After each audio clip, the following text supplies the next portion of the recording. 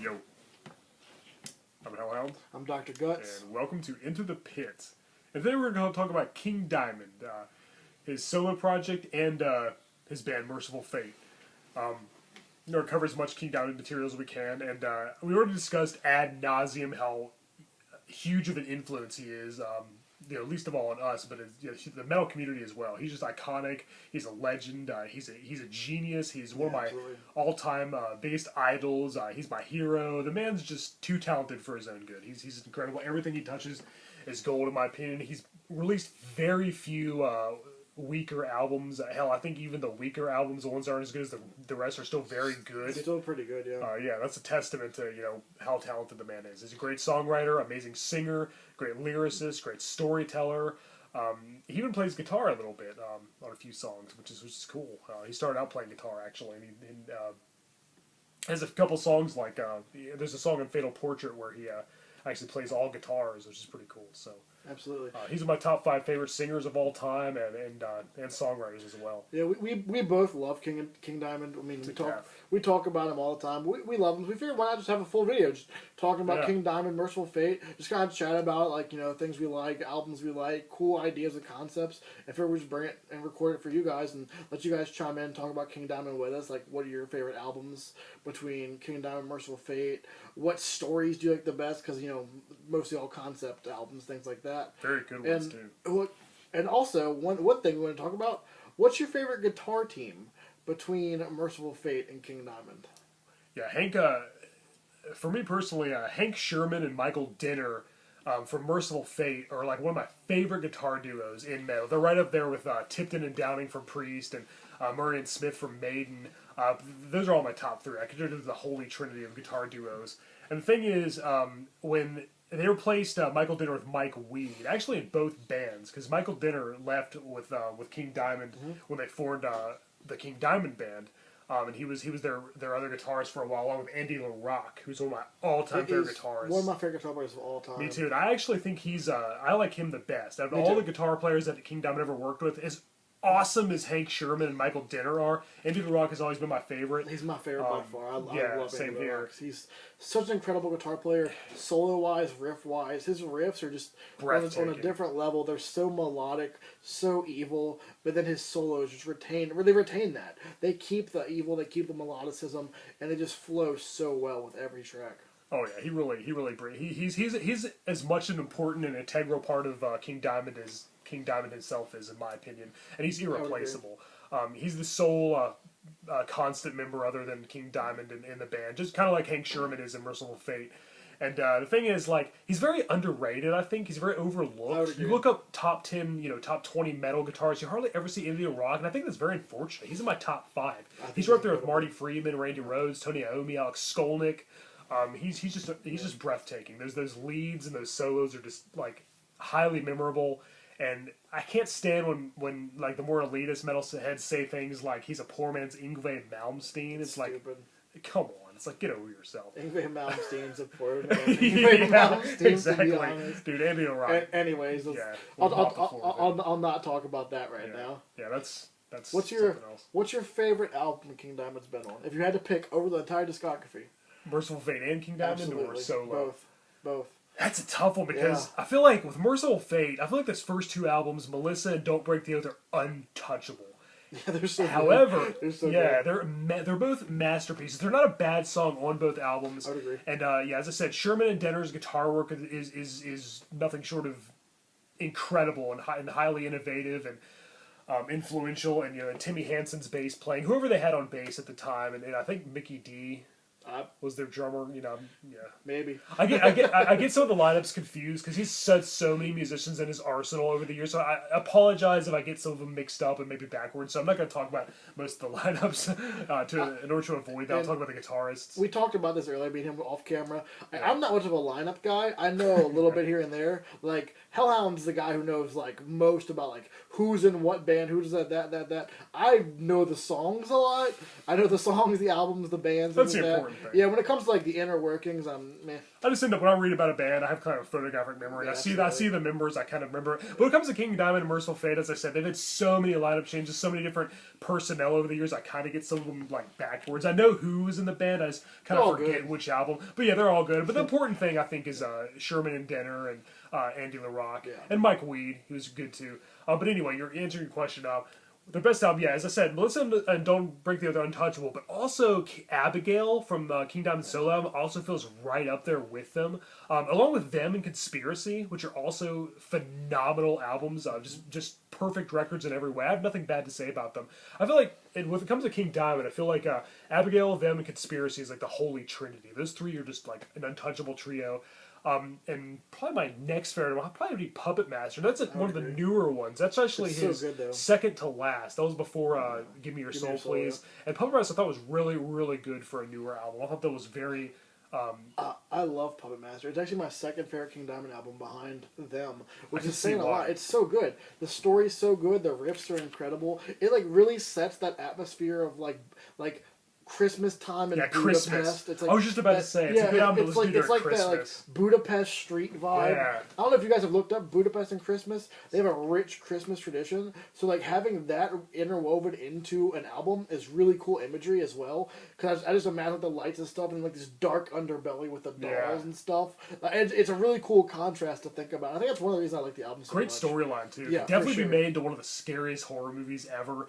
And also the DVD, you have the special edition DVD. It comes with a bonus video where King Diamond actually describes the story, and he stares intently at the camera. The man never blinks. Yep. He's rarely ever blinks. He's like sitting at like a desk, and it's like describing. He's like, and he's got this expression on his face. Yeah, he looks. It's so good. Yeah, he looks frightened, but like kind of like sinister at the same time. He's just a genius. He needs to direct a horror film. He's like badly. the eyes and the eyes. Yeah. So expressive. So much emotions put into it. He's talking like how the eyes are like housing the souls. And they put them into the dolls, and he like sees his like girlfriend and stuff getting put into a doll. Humans cannot be made into puppets. It's crazy. It shouldn't be done. It can't be done. It's so good. Yeah, as I said before plenty of times, he needs to direct a horror movie. Those ideas, some of his concept albums, like the story of Abigail or Them, they can be made into one of the scariest horror films you'll ever see. And I can't stress that enough. The guy needs to either write a horror movie or direct it, or somebody just needs to adapt one of his albums into a cinematic version. But they got to really do it justice, though. The story of Abigail, it has to be done right. That's the problem. Like in Them, when his sister Missy, his grandma came out to the asylum, and all these crazy things are happening. These ghosts, these deadly spirits in this creepy old house. Yeah, and welcome home and.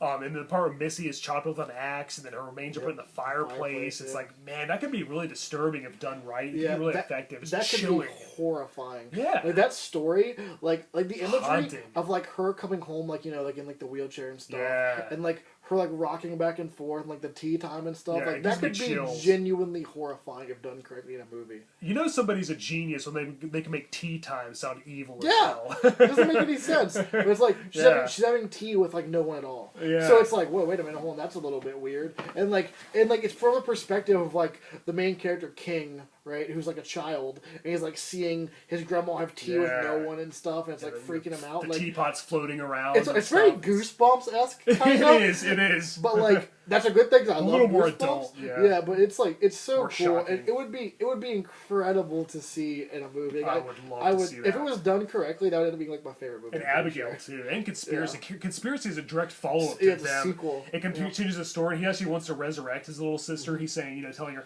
like the song in Them, Bye Bye Missy. That on Conspiracy, he's talking about rise from the grave, little sister and stuff. Yep. And then Abigail got a sequel too. Abigail 2, The Revenge, which I think came out right before Puppet Master. Yes, if I'm not mistaken. I'm pretty sure it did. And that song, that album, I should say, has some of the craziest riffs I've ever heard in King Diamond. Like for the King Diamond solo project, that's probably the heaviest album in my opinion. I think there's a song, The Wheelchair. It actually has a thrash break, which that blew my mind when I first heard it. I was like, wait a minute, King Diamond has a thrash break? What is this? And it's so cool. Some of my favorite Andy LaRocque solos. Yep. And definitely some of the most creative riffs. So Abigail 2, I thought was very, very good. Phenomenal. And I know a lot of people say, it's not going to live up to the first one, but Come on.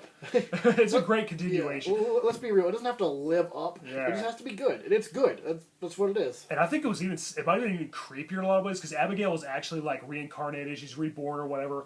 Her body and then her soul. And then it describes the part where she was reborn and what she was eating in the coffin. Yep. I think I have an idea what it was she's eating. I'm not going to say it on here. I'm not going to say it directly because I think it's a little too disturbing to even say it on a video. I don't want to get, I'm not trying to get flagged. Yeah, I'm not trying to get people coming after me with pitchforks and torches, because it's a really, really disturbing, really controversial thing. And it's left up to the imagination, too, but I think I know what he was trying to put there. I think I can interpret what he means. But here's another thing that comes up. Fatal Portrait was the first King Diamond album, and that was actually not so much a concept album. There's like 4 songs that have an intertwined, connecting story that's really coherent, but the rest of the album is kind of just it's more just unrelated. Traditional album. Yeah, it's a great album, but I think my favorite song on the album's Halloween. Yeah, it's such a cool song. Such a cool song. Yeah, I mean, I'm kind of biased because I love Halloween. But... Yeah, oh yeah, me too.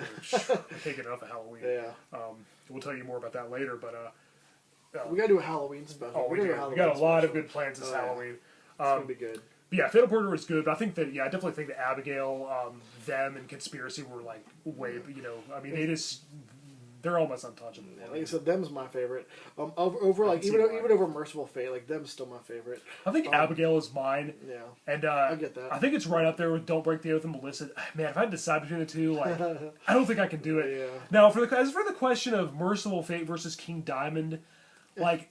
I mean, you shouldn't really have to choose, that's but not like, really a discussion. but it's not. But I mean, like, if I had to pick, I kind of want to give the edge to Mercyful Fate in their first two albums. They were a little heavier, a little more musically intricate at times, and like, they're definitely a little more evil sounding, maybe a little more menacing, a little more demonic. Where I think King Diamond was a little more creepier, more eerie, more ominous. Mercyful Fate was kind of more in your face with the satanic imagery and the evil, and kind of like being born of the cemetery. Yeah, Into the Coven and Curse of the Pharaohs and Evil and Gypsy and like Satan's Fall and the Sound of the Demon Bell. Like, they're just in your face with like Satan imagery. And when you listen to Mercyful Fate, I picture fiery hell with demons. And, it's kind of like the Venom imagery. Yeah, exactly. Where it's like Venom. Demonic, lots of fire, lots of like brimstone and death. Whereas King Diamond imagery is dark more like and more cold. Mansion. I picture like mansions and like more creepy, like chariots and stuff like that. But like people getting like swept away like a Victorian age and stuff like that. Like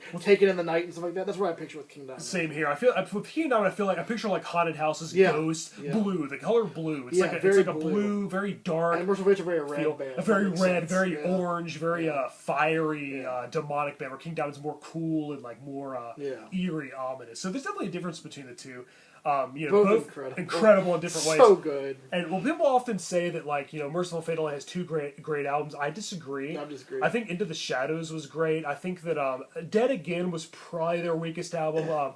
Into the Unknown and Time. I think 9 is very, very underrated. I mean, gosh, Last Rites, Insane, Burn in Hell, The Grave. They have some awesome. I feel like there's not really a bad song on the album, and yet it's not as sophisticated as Melissa and Don't Break the Ice, but I don't expect it to be. Yeah. I don't expect it to be. Hank Sherman's still as great as ever. Fortunately, Michael Denner left that band, as I said earlier. Has some of my favorite riffs. I think 9 is very underrated, and like when people say it's their weakest, no. Dead Again would probably be their weakest, and even then, that's still a good album. There's like this weird stigma, they don't have a bad album, especially in like amongst the metal community, where like if X album isn't as good as this album, then it's not a good album. But that's just fallacious. That's an elitist. That's just not accurate, because like yes, say like for instance like you have like Slayer, like they're never gonna have another Rain of Blood. Yeah. That being said, but they can still put out awesome albums. Mercyful Fate, they're not gonna have another Don't Break the Oath or Melissa. They can still put out amazing albums. I don't expect them to do that there's again. rumors of a reunion, so maybe we'll get another amazing album. Can't wait. Who knows? I'd love to see Mercyful Fate in concert. Yeah, I've seen King Diamond, and it was incredible. But to see Mercyful Fate, I will see King Diamond. Next time he comes around this area, I don't care what I'm doing. I don't care where I am. I'm seeing King Diamond. He was incredible. When I saw him, the whole stage was like set up like the interior of a mansion. It was like awesome. It was like you walked into like the foyer of like a huge mansion, and there was like this big staircase that went up and like looped at the top. and had like this like creepy like Victorian banister going around it, and that was like the stage. And like he was up on top of the stairs, he would like walk around and stuff. And, like the grandma came out in the wheelchair and stuff. And she like got up to hobble around the stage and stuff, and it was really cool. He had actually like a few, like I think it was like 3 female like vocalists as well. I think his wife is one of them. They were doing like operatic vocals with his high falsettos. Nice. It sounded really... That complements it perfectly. Really I've seen a lot of his live videos. He puts on a hell of a show. The guy's got massive stage presence, a very theatrical performance. He's got the microphone with the bones on it, which is just freaking awesome. That's really cool. Of course, the corpse paint, and which Gene Simmons says they copy all of them, but of course Gene Simmons invented shoes and breathing. So. Great stage presence, like great frontman skills. And the people that say that, they'll never release another Abigail or anything, that's just holding a narrow-minded viewpoint. There's no constraints or limits to art, and King Diamond has never disappointed me. There's some albums that aren't as good as the others, but I don't think that they have a terrible album at all. I would agree. They're all good. They're all great. In their own way. They're all different. They tell different stories. Abigail, Conspiracy, and Them, and they're not gonna be as good. But the Graveyard, Voodoo, the Spider's Lullaby, the Eye. I think they're all great. I think they're all very listenable. I think they're very memorable. I love The Eye. I think that's one of the stronger albums actually. Yeah, the one that has the curse. The imagery. Is that it? That's a good song. So weird. It's such a weird album because they find like the witches. The little girls find the witch's eye, like the pile of ash and stuff. It's really creepy. It has that one song where it's like King singing in like this like falsetto. But it's like over top of this really weird, like just piano, nothing else. About like when the girls find like the ashes, and it's like all the, like it's really creepy, and like it's like talking about like them screaming forevermore and all this stuff. Nice. It's really creepy, and I love it. He knows how to build atmosphere. His albums sound like a horror movie in audio format. I think nobody's accomplished that as much as well as he has. He's like the Stephen King of metal. Yeah. And the Eye, I think that has a song called The Chain on it. I think that the song is the one that says the power I get from the chain is mine, only I can use it. That is a freaking heavy, really really catchy song. Very, very memorable. And as I said, those 3 Holy Trinity albums that I mentioned, I don't think they have a bad song on them. And so some of his later albums, some of his later albums have some filler here and there. And they have there's a lot of albums where not every song is great, but I think they have enough great songs. Filler. Yeah, but overall the title track's really good. I would say "Give Me Your Soul, Please" is their weakest. Yeah. "Never Ending Hill" is a pretty catchy song. It's a good chorus, but it's not a bad album. It's not terrible, but it's definitely not as good as their other work. And there's this thing, like another thing among metalheads, where whatever the recent album is, that's the one they hate the most for some reason. But I feel like "Give Me Your Soul, Please," that's kind of, and that's the case with 9. Everybody hates it because it's the most recent. But I think that's my 3rd favorite next to the first 2. Yeah, I said it. It's my 3rd favorite next to "Melissa and Don't Break the Oath." I think I could agree. Yeah, I love that. I think it's highly underrated. "Burn in Hell," the part where he says, "Where is your Jesus now?" That riff is just it gives me chills every time. And his high-pitched falsettos and his evil, I guess what you'd call it his clean. I don't know what to call it. I don't know how to describe it. Lower and kind of creepy, but it's not like a low vocal. It's very evil sounding. I don't know how to describe it. Like whenever he does into his falsetto, his normal singing voice, I guess you could call it. That's his normal voice. That's his normal voice. He walks around. He's in Martin's, getting some groceries, some Giant or something. Yeah. Yes, I will take that. Those Danish accents and everything. Living in Texas. Yeah. Interesting dude, man. Oh, he's just awesome. I can't praise the man enough. I worship him. him. King Diamond and Mercyful Fate, 2 of the greatest bands of all time. I think, for us at least. But I don't know if you guys feel the same way. I know we do though. We love anything King Diamond touches. When they did that Roadrunner United thing, he sung a song on that called "Into the Fire," which was incredible. Yeah. It had Matt and Corey from Trivium playing guitar, which that's like a match made in metal heaven. Hearing them play guitar, because they're both such incredible, accomplished guitar players. With King being my favorite metal vocalist of all time, having them on one track is one of the craziest things I've ever heard in my life. Nice. No, they had Return of the Vampire. I think Lars Ulrich was playing drums. Metallica worships King Diamond. They're really, and the story is Mercyful Fate and Metallica. They were around at the same time. Melissa and Kill 'Em All were released the same year, 1983, and they were inspired by them. Even though they were a current band, it wasn't they took inspiration from Diamond Head and Black Sabbath. And, they were inspired by King Diamond. Mercyful Fate as it was happening. Yeah, they did a cover of Evil. Yeah, and if you get a chance, check out, like, there's a lot of videos on YouTube. There's actually an album. It's under the King Diamond name. It's recordings of back when he was in Black Rose. That was the band before Mercyful Fate. And, like, I think the first band he was in was Bratz. And as I said, he used to play guitar. It has a very punk sound. He didn't do his falsettos back then, but they do a cover of Radar Love. There's a lot of covers. It's very good stuff. Not nearly as good as what would come later, of course, but then what is? Yeah. You know, not much. Yeah, and when people ask me, like, who, if I could pick one person who's, like, the ultimate, like, messiah of metal, I think it had to be King Diamond. I mean, yeah. Rob Halford is my favorite vocalist of all time from Judas Priest. I would say King Diamond or Dio. Dio's my second favorite. Or Lemmy. Yeah. Lemmy be up there. Yeah, he has a unique voice. Yeah. Fits the music perfectly. Well, you know, Rob Halford, Ryan James Dio, Bruce Dickinson, Jeff Tate, and King Diamond. That's my top 5. I've said that a million times. But I feel like if I had to pick, like, one person who really, like, just captures the feel of metal perfectly, the face of metal, I pick King Diamond because, you know, Rob Halford's great. He's an amazing singer, great lyricist, but King Diamond just, he, like, lives metal. Like, he eats, sleeps, and breathes metal. And, like, he's just, like, such an iconic figure, and, like, his albums are just incredible. His writing, the stories, he's so creative, and I feel like his the concept albums, I feel like the storylines kind of get overlooked a little bit, and like he should release a book or something, like, or there should be a graphic novel, just something. I just want those stories out there. Something I want to see, like.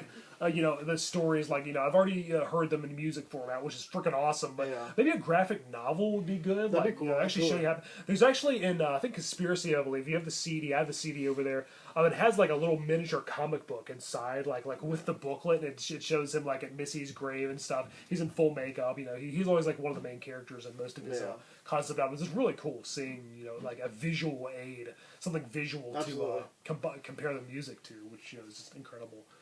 For sure. Well, all right, guys. I think that about wraps it up for this week. Again, I've been Dr. Gutts. I'm Hellhound. Thank you for watching Into the Pit. Keep it metal. Thank you. And yeah, we could go on and talk about King Diamond forever. I'm sure there's some things we left out, but again, I mean... Absolutely. I worship the man. I could praise him all day. But anyway, yeah, let's wrap this up. Until next time, guys. Later.